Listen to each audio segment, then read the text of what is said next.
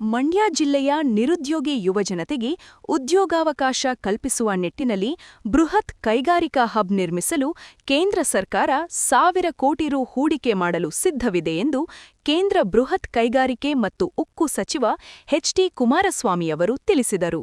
ನಗರದ ಜಿಲ್ಲಾ ಪಂಚಾಯತ್ ಕಚೇರಿಯ ಕಾವೇರಿ ಸಭಾಂಗಣದಲ್ಲಿ ನಡೆದ ಜಿಲ್ಲಾ ಅಭಿವೃದ್ಧಿ ಸಮನ್ವಯ ಮತ್ತು ಉಸ್ತುವಾರಿ ಸಮಿತಿ ಸಭೆಯ ಅಧ್ಯಕ್ಷತೆ ವಹಿಸಿ ಅವರು ಮಾತನಾಡಿದರು.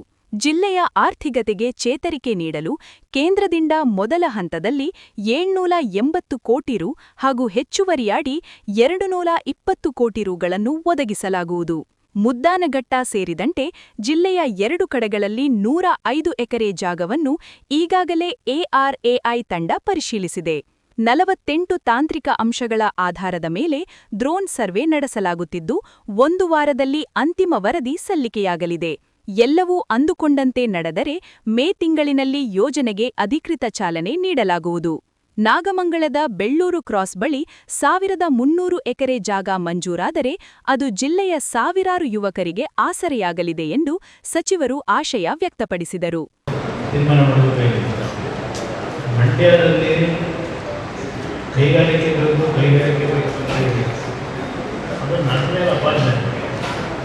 ಕುಮಾರಸ್ವಾಮಿ ಮಿನಿಸ್ಟರ್ ಆಗಿ ಕನ್ನಡ ಮಂಡ್ಯ ಏನು ಮಾಡಲ್ಲ ಅನ್ನೋ ಪ್ರತಿನಿತ್ಯ ಮಾಧ್ಯಮದವ್ರು ನೋಡ್ತಾ ಇದ್ದೀವಿ. ಮಂಡ್ಯ ಜನರ ನಿರೀಕ್ಷೆ ನೋಡೋದು ನಾನು ಅರ್ಥ ಮಾಡ್ಕೊಂಡಿದ್ದೆ. ಇಲ್ಲಿ ಇದರ ಮೇಲೆ ನಾನು ಪ್ರಾರಂಭಿಕವಾಗಿಯೇ ನಾವೊಂದು ಟೆಸ್ಟಿಂಗ್ ಏಜೆನ್ಸಿನ ಎಆರ್ಐ ಮುಖಾಂತರ ಹಾಕಬೇಕು ಅಂತೇಳಿ ತೀರ್ಮಾನ ಮಾಡಿದ್ದೇನೆ. ಅದು ನನ್ನ ಇಲಾಖೆ ಸೇರ್ಪಡೆ ಹೇಳಿ ಬಯಸ್ತೀನಿ. ಇವತ್ತು ಎಆರ್ಐ ಟೆಸ್ಟಿಂಗ್ನ ಯೂನಿಟ್ ಹಾಕಿದ್ರೆ ಮತ್ತೆ ಆಮೇಲೆ 230 ಎಕರೆ 3 ಎಕರೆ ಹೇಳಿದ್ರೆ ಇನ್ನೂ 30-40 ಎಕರೆ ಬೇಕಾಗದವ್ರೆ ಎಕ್ಸ್ಟೆನ್ಷನ್ಗೆ ಲ್ಯಾಬ್ಸ್ ಸ್ಟ್ರಾಟಜಿ ಎಲ್ಲ ಮಾಡ್ತಾರೆ. ಅವರೆಲ್ಲ ಇನ್ನೂ ಪ್ಲಾನಿಂಗ್ ಮಾಡ್ತಿದ್ದಾರೆ. 780 ಕೋಟಿ ಹಣ ನಮ್ಮ ಇಲಾಖೆಯಿಂದ ಖರ್ಚು ಮಾಡೋದಕ್ಕೆ ಕ್ಯಾಬಿನೆಟ್ಟಲ್ಲಿ ಅಪ್ರೂವಲ್ಗೆ ನಮ್ಗೆ ವಾರ ದಿವಸ ಹೋಗ್ತದೆ. ನಾನು ಮೇ ತಿಂಗಳಿನಲ್ಲಿ ಬುದ್ಧಿ ಪೂಜೆ ಮಾಡಿಸ್ಬೇಕು. ನಮ್ಮ ರವಿಯವರು ಭಾಳ ಚರ್ಚೆ ಮಾಡೋರು ಮಾಧ್ಯಮದಲ್ಲಿ. ಜಾಗ ಕೊಡ್ತೀನಿ ಬಸರಾಳ ಹತ್ರ ಒಂದು ಮಾಡಲಿ ಅಂತ ಹೇಳಿ. ಈ ಜಾಗ ಕೊಡಲಿಕ್ಕೆ ನೀವೆಲ್ಲ ಪ್ರಪೋಸಲ್ ಹೇಳಿದ್ದೀರಿ. ನಮ್ಮೊಂದು 2 ಭಾಗದಲ್ಲಿ ಏರೈನ ಅಧಿಕಾರಿಗಳು ನಮ್ಮ ಜಿಲ್ಲಾಧಿಕಾರಿಗಳು ಎಲ್ಲ ಕೂಡ ಚರ್ಚೆ ಮಾಡಿ ನೋಡ್ಕೊಂಡು ಬಂದರು. ಸ್ಥಳ ಪರಿಶೀಲನೆ ಮಾಡ್ಕೊಂಡು ಬಂದೆ. ಇಲ್ಲಿ ಅವರು ಟೆಕ್ನಿಕಲ್ ಫಿಸಿಬಿಲಿಟಿ ಇದೆಲ್ಲ ಒಂದು ತೀರ್ಮಾನ ಮಾಡಿ ಡಿ.ಸಿ ಅವರಿಗೆ ಕೇಳಿ ಕಳಿಸಬೇಕು. ಪ್ರೋಸೆಸ್ಸು ಅದು ನಡೆದಿದೆ. ಇದರ ಮಧ್ಯದಲ್ಲಿ ಆ ಭಾಗದಲ್ಲಿ ನಮಗೆ 30-40 ವರ್ಷದಲ್ಲಿ ಏನೋ ಮಾಡ್ತಾ ಇದ್ದೋ ನಾವು ಹುಷಾರಬೇಕೇ ಡಿ.ಸಿ ಅವರು ನನಗೆ ಕೊಟ್ಟರು. ಮುದ್ರಘಟ್ಟ ಗ್ರಾಮದ ಸರ್ವೆ ಮಾಡಿಕೊಂಡು ಅವರಿಂದ ಗ್ರಾಮಾಂತರ ವ್ಯವಸಾಯ ಭೂಮಿ ಹಾಕಿ ಬೇಡ ಇಲ್ಲಿ ಕೊಟ್ಟರು. ಇಲ್ಲಿ ತಮಿಳವರೇ ಇವತ್ತು ಈ ಏರೈನ ನಾವು ಇಲ್ಲಿ ಆರಂಭ ಮಾಡೋದ್ರಿಂದ ಸುಮಾರು 20-25 ಸಾವಿರ ಜನ ಕೆಲಸ ಸಿಗುತ್ತೆ. ಹಲವಾರು ಕಾರ್ಖಾನೆಗಳು ಬರ್ತವೆ. ಈಗೆಲ್ಲ ಟೆಸ್ಟಿಂಗಿಗೆ ಇರ್ತಕ್ಕಂಥದ್ದು ಪೂನಾದಲ್ಲಿ, ಚೆನ್ನೈನಲ್ಲಿ, ಅಲ್ಲಿಂದ ಭೋಪಾಲ್ನಲ್ಲಿ, ದೆಹಲಿಯಲ್ಲಿ. ಹೊಸದಾಗಿ ನಾನು ಮಂಡ್ಯ ಜಿಲ್ಲೆಗೆ ಇವತ್ತು ಕರ್ನಾಟಕದ ಬೇರೆ ಮಂಡ್ಯ ಜಿಲ್ಲೆಗೆ ಅದನ್ನು ಇಲ್ಲಿ ಸ್ಥಾಪನೆ ಮಾಡಬೇಕು ಅಂತ ತೀರ್ಮಾನ ಮಾಡಿದ್ದೀನಿ. ಯಾವುದೋ ಪತ್ರಿಕೆ ನೋಡಿ ಮೊದಲನೇ ಹಂತದಲ್ಲೇ ಎಂಥದ್ದು ಇದನ್ನು ಬರ್ಕೊಂಡಿದ್ದು ನಮ್ಮ ಸ್ನೇಹಿತರು RIA ಕೇಂದ್ರಕ್ಕೆ ಆರಂಭದಲ್ಲೇ ವಿಘ್ನ ಅಂತ ಬರ್ತೀನಿ. ಯಾವುದೇ ಕಾರಣಕ್ಕೂ ಇದು ವಿಘ್ನ ಆಗೋದಕ್ಕೆ ನಾನು ಅವಕಾಶ ಕೊಡೋದಿಲ್ಲ. ಮಾಧ್ಯಮದ ಸ್ನೇಹಿತರಿಗೆ ಕ್ಲಿಯರ್ ಆಗಿರುತ್ತೆ.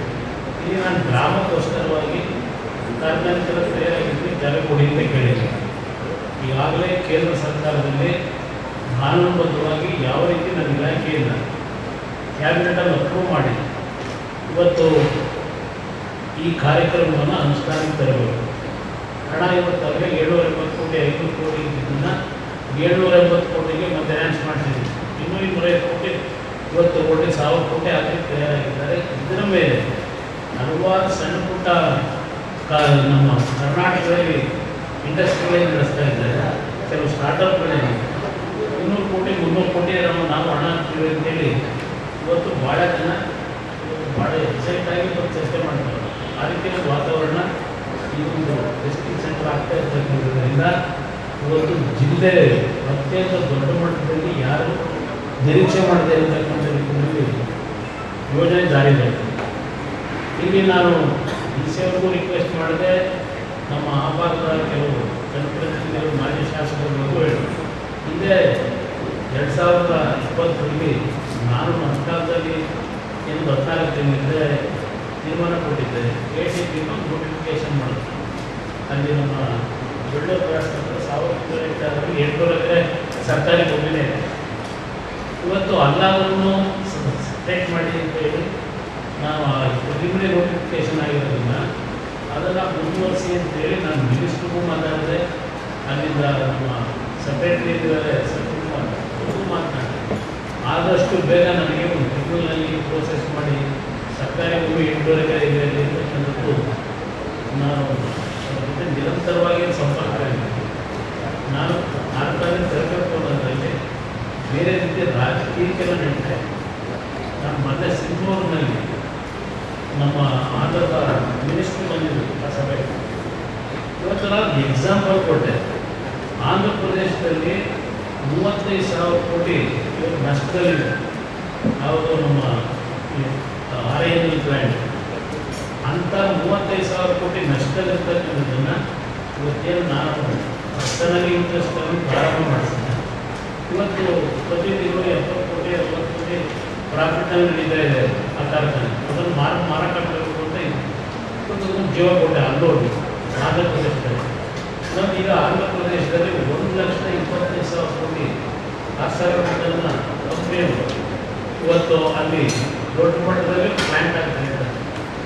ಆ ಪ್ರೋಸೆಸ್ಸು ಕಳೆದ 7-8 ತಿಂಗಳಲ್ಲಿ ನನ್ನ ಮುಂದೆ ಬಂದಂಥದ್ದು. ನಾವು 1,25,000 ಕೋಟಿ ಬಂಡವಾಳ ಹಾಕಬೇಕು. ನಾವು ಪರ್ಸನಲಿ ಇಂಟ್ರೆಸ್ಟ್ ತಗೊಂಡು ನಮ್ಮ NMDCನಲ್ಲಿ ಸ್ವಲ್ಪ ಕೆಲವು ರಾಜಕೀಯವನ್ನು ಬದಿಗಿಟ್ಟು ಜಿಲ್ಲೆಯ ಅಭಿವೃದ್ಧಿಗೆ ಕೈಜೋಡಿಸಿದ್ದೇನೆ ಎಂದು ಸಚಿವರು ಘೋಷಿಸಿದರು. ಇದಕ್ಕೆ ಪೂರಕವಾಗಿ ಮಾತನಾಡಿದ ಮಂಡ್ಯ ಶಾಸಕ ರವಿಕುಮಾರ್ ಗಣಿಗ, ಜಿಲ್ಲೆಯ ಅಭಿವೃದ್ಧಿಗೆ ಪೂರ್ಣ ಸಹಕಾರ ನೀಡುವುದಾಗಿ ಮತ್ತು ಕೈಗಾರಿಕಾ ಸ್ಥಾಪನೆಗೆ ಅಗತ್ಯವಿರುವ ಮೂಲಭೂತ ಸೌಕರ್ಯಗಳನ್ನು ಒದಗಿಸಲು ರಾಜ್ಯ ಸರ್ಕಾರ ಬದ್ಧವಾಗಿದೆ ಎಂದು ತಿಳಿಸಿದರು. ಮಂಡ್ಯ ಜಿಲ್ಲೆಯಲ್ಲಿ ಯಾರೇ ರಾಜಕಾರಣ ಆಗಬೇಕು ಅಂತಿದ್ರೆ ಇಂಡಸ್ಟ್ರಿಯಲ್ಲಿ ಏನಾದರೂ ದೊಡ್ಡ ಮಟ್ಟದಲ್ಲಿ ಬೆಳೆಯಬೇಕು ಅಂತಿದ್ರೆ ನೀವುಗಳು ಕೂತ್ಕೊಂಡು ಕರೆಕ್ಟಾಗಿ ತೀರ್ಮಾನ ಮಾಡಿದ್ರೆ ಹಲವಾರು ಇಂಡಸ್ಟ್ರಿಗಳನ್ನು ಈಗ ನಮ್ಮ ಟೆಕ್ಸ್ಟೈಲ್ ಇಂಡಸ್ಟ್ರಿ ಇದು ನಮ್ಮ ಅಧಿಕಾರಿಗಳು ಟೆಕ್ಸ್ಟೈಲ್ನ ನೀವು ಕೂತು ಕರೆಕ್ಟಾಗಿ ಆ ಭವ್ಯ ಪ್ರೋಗ್ರಾಮ್ ಪ್ಲ್ಯಾನಿಂಗ್ನ ಕರೆಕ್ಟಾಗಿ ಮಾಡಿ ನೀವು ಕೈಗಾರಿಕಾ ಕರೀತೀರಾ, ನಾವು ಹೃದಯಪೂರ್ವಕವಾಗಿ ಅದನ್ನು ಸ್ವಾಗತಿಸ್ತೀವಿ. ಬೇರೆ ತಾಲೂಕು ಬಗ್ಗೆ ನನಗೆ ಗೊತ್ತಿಲ್ಲ. ನನ್ನ ತಾಲೂಕಲ್ಲಿ ನೀವು ಕೈಗಾರಿಕೆ ತರ್ತೀರಿ ಅಂದ ತಕ್ಷಣ ಪ್ಲೇಸ್ಗೆ ನಂದು ಬಸವಳದಲ್ಲಿ ಒಂದು 100 ಎಕರೆ ಇದೆ, ಮಂಡ್ಯ ಉಂಡಳ್ಳಿಲಿ 100 ಎಕರೆ ಇದೆ. ಇಲ್ಲಿ ಮಾಡಿ ಪೂರಕ ವಾತಾವರಣ ಥರನ ಅಂತ ಫಸ್ಟ್ ಘೋಷಣೆ ಮಾಡೋದು ನಾನು. ಈಗಲೂ ಅಲ್ಲಿ ನಿಮ್ಮ ಇಲಾಖೆಯವರು ಬಂದು 15 ದಿನದಿಂದ ಡ್ರೋನ್ ಸರ್ವೆ ಮಾಡ್ತಾ ಇದ್ದಾರೆ, ಫಿಸಿಬಿಲಿಟಿ ಚೆಕ್ ಮಾಡ್ತಾ ಇದ್ದಾರೆ. ಅವ್ರು ಓಕೆ ಅಂದರೆ ಅದಕ್ಕೆ ಏನೇನು ಬೇಕು ಮೂಲಭೂತ ಸೌಕರ್ಯ ನೀರಿಂದ ಹಿಡಿದು ಎಲ್ಲವನ್ನು ನಾನು ಕೊಡೋಕ್ಕೆ ರೆಡಿ ಇದ್ದೀನಿ. ಆದರೆ ನಾನು ಜಾಗ ಕೊಡ್ತೀನಿ ಅಂತ ಘೋಷಣೆ ಮಾಡಿದಕ್ಕೆ ನಿಮಗೆ ಡಿಸ್ಕೈಡ್ ಮಾಡಿ ಅದು ಅರಣ್ಯ ಅಂತ ಬಸವಳಲ್ಲಿ ಎಲ್ಲಿ ಕೊಡೋಕ್ಕಾಗುತ್ತೆ ಅಂತ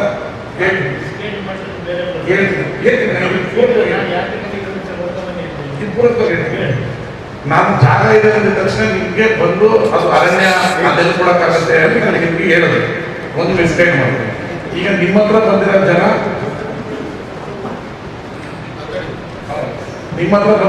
ನನ್ನ ಹತ್ರನೂ 2 ಸರಿ ಬೆಂಗಳೂರಿಗೆ ಮತ್ತೆ ಮಂಡ್ಯ ಮನೆಗೆ ಬಂದಿದ್ರು.